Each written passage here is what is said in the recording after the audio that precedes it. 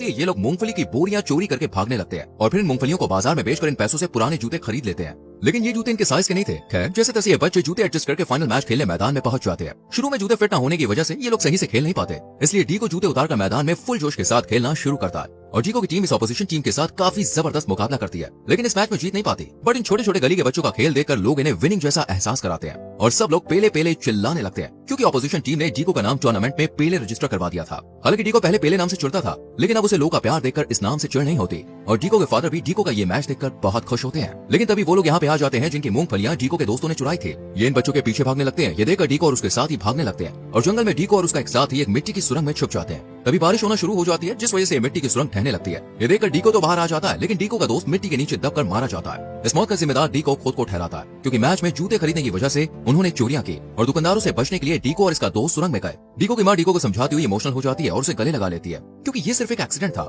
डीको अपनी मां से प्रॉमिस करता है कि मैं आपसे अच्छे बच्चों की तरह पढ़ाई करूंगा और अगले दिन से डीको स्कूल जाने लगता है, पढ़ाई करता है और अपने पिता का काम में भी हाथ बटवाता है और फुटबॉल से बिल्कुल दूरी बना लेता है। हालांकि डीको के फादर चाहते थे कि वो फुटबॉल खेले, लेकिन डीको उस हादसे के बाद फुटबॉल से बिल्कुल दूर हो जाता है। इसलिए एक दिन डीको के फादर उसे लेकर घर के पीछे लगे आम के पेड़ के पास जाते हैं और बताते हैं कि मैंने खुद आम से प्रैक्टिस करके फुटबॉल सीखा है। जैसे कच्चा आम है तो शूट करने के लिए और पका हुआ है तो बैलेंस बनाने के लिए यूज करेंगे। दरअसल डीको के फादर डीको के खेल से बहुत ज्यादा इंप्रेस हुए थे, इसलिए वो ये सब बताकर डीको का ध्यान फुटबॉल की तरफ करना चाहते थे। लेकिन डीको खेल में कुछ दिलचस्पी नहीं दिखाता, बट जैसे जैसे वक्त आगे बढ़ता है वैसे वैसे डीको फुटबॉल की तरफ ध्यान देने लगता है और ऐसे ही आम से फुटबॉल प्रैक्टिस करते हुए डीको 9 साल से 13 साल की उम्र तक पहुंच जाता है। एक दिन डीको के घर सेंटर्स फुटबॉल क्लब का मेंबर आता है। ये एक प्रोफेशनल फुटबॉल क्लब था, जिसमें फुटबॉल खेलने के लिए अब डीको भी शामिल हो जाता है। लेकिन यहाँ डीको के खेल से कोई ज्यादा सेटिस्फाइड नहीं होता और डीको को भी अपने खेल से कुछ ज्यादा खुशी नहीं मिलती। डीको को लगता है कि वो फुटबॉल के लिए नहीं बना है, इसलिए वो सबको छोड़कर अपने घर जाने के लिए रेलवे स्टेशन पहुंच जाता है। और तभी अपने जमाने के मशहूर फुटबॉलर और फिलहाल सेंटर्स क्लब के मेंबर वाल्डेमर आते हैं और डीको से जाने की वजह पूछते हैं। इस पर डीको कहता है कि मैं दूसरों की तरह नहीं खेल पाता। इस पर वाल्डेमर कहते हैं कि तुम पुराने स्टाइल में खेलते हो और यही सबसे अच्छी बात है। वाल्डेमर स्टाइल से जुड़ी कहानी बताते हैं कि गुलामी के दिनों से छुटकारा पाने के लिए एक मार्शल आर्ट की शुरुआत हुई थी, जिसको झींगा नाम से पहचाना गया।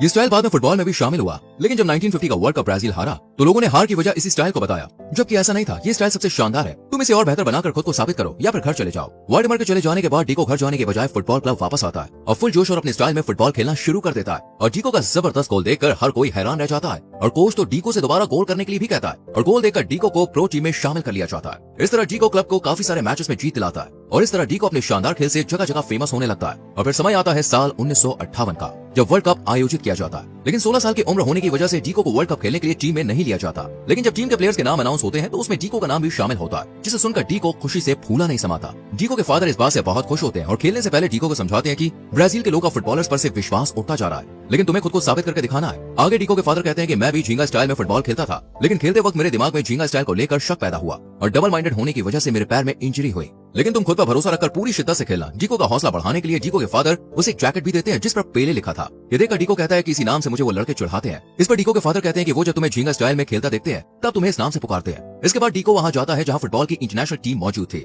यहाँ का कोच डीको को झींगा स्टाइल में खेलने से मना करता है और कहता है कि भले ही तुम्हारे फुटबॉलर क्लब में ये अलाउड हो, लेकिन इंटरनेशनल लेवल पर ये बिल्कुल भी अलाउड नहीं है। इसकी एक वजह साल 1950 का वर्ल्ड कप होता है, क्योंकि झींगा स्टाइल में खेलने की वजह से ब्राजील हार गया था। लेकिन प्रैक्टिस मैच खेलते वक्त डीको कोच की बात नहीं सुनता और अपने फादर की बात को याद करके झींगा स्टाइल में प्रैक्टिस करता है। लेकिन तभी इसके घुटने में चोट आ जाती है, जिसे देखकर लगता है कि अब डीको इंटरनेशनल लेवल पर नहीं खेल पाएगा। डीको अपनी मां को फोन करके इसके बारे में बताता है और कहता है कि डॉक्टर्स को भी नहीं पता कि ये इंजरी कब ठीक होगी।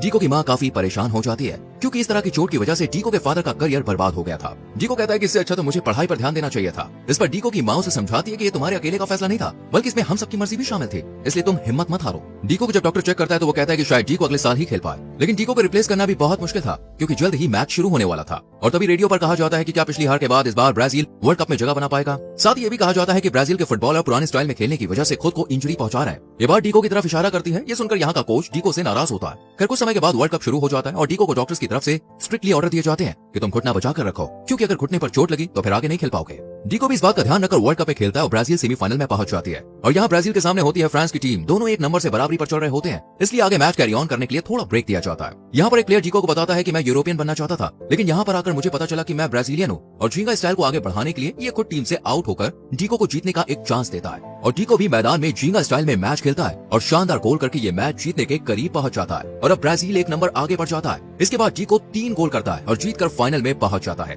जिससे पूरा ब्राजील बहुत खुश होता है। फाइनल में डीको के सामने स्वीडन की टीम थी। स्वीडन की टीम पेले को एक भी गोल करने नहीं देती और खुद जल्दी से एक गोल कर देती है। ये देखकर डीको भी सबको पीछे छोड़ता हुआ एक गोल करता है, फिर एक और गोल करता है और ब्राजील खुशी से झूमने लगता है। और एक के बाद एक गोल कर डीको ब्राजील को उसका वर्ल्ड कप दिलाता है और इस तरह 1958 का वर्ल्ड कप पूरी दुनिया के लिए एक यादगार मैच बन जाता है। और 17 साल का पेले पूरी दुनिया में झींगा स्टाइल को प्रमोट करता है और इसके बाद 1962 का वर्ल्ड कप भी ब्राजील ही जीतता है और इस तरह पेले ब्राजील का एकमात्र खिलाड़ी बन जाता है जो 3 वर्ल्ड कप जिताता है। और इसी के साथ मूवी खत्म हो जाती है।